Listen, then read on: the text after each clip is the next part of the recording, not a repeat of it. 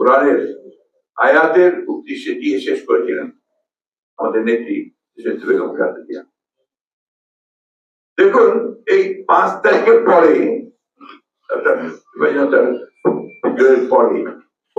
পরে প্রথম যে সভাটা আমরা করলাম, আপনাদের মনে আছে নিশ্চয়ই, সামনে আমরা একটা সভা করেছি 7 তারিখে না 7 তারিখ।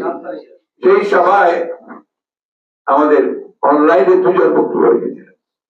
একজন হচ্ছে আমাদের চেয়ারপারসন খালেদা জিয়া, একজন আমাদের ভারপ্রাপ্ত চেয়ারম্যান জনাব তারেক রহমান। বেগম খালেদা জিয়া 4-5টা কথা বলেছিলেন। হসপিটাল তার সেই অসুস্থ অবস্থার বেড থেকে তিনি বলেছিলেন যে আজকে আমাদের এত রক্তপাত, এত ত্যাগ আত্মীয়ের পরে আমরা মুক্ত হয়েছি। এই মুক্তির জন্য যারা জীবন দিয়েছে, প্রাণ দিয়েছে, উৎসর্গ করেছে, তাদের প্রতি কৃতজ্ঞতা জানিয়েছেন।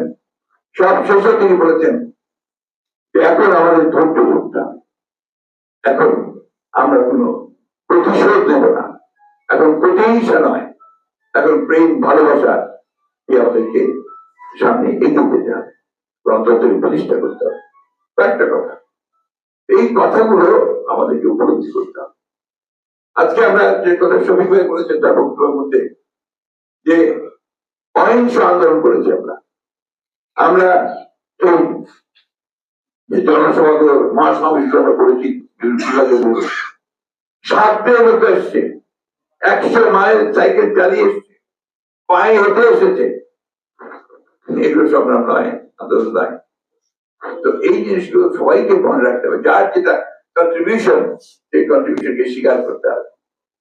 আমরা অবশ্যই শ্রদ্ধা জানাই, আমরা কৃতজ্ঞতা জানাই সেই সমস্ত তরুণ ছাত্রদেরকে যারা প্রাণ দিয়েছে, যারা আন্দোলন করেছে, সংগ্রাম করেছে। বিভক্তির রাজনীতি যেন আমরা না করি। এখন যেটা প্রয়োজন, সবচেয়ে বেশি প্রয়োজন, দেশকে বাঁচানোর জন্য, গণতন্ত্রকে ফিরে পাওয়ার জন্য ঐক্য, স্ট্রাকচার তৈরি করার সংস্কার অবশ্যই লাগবে।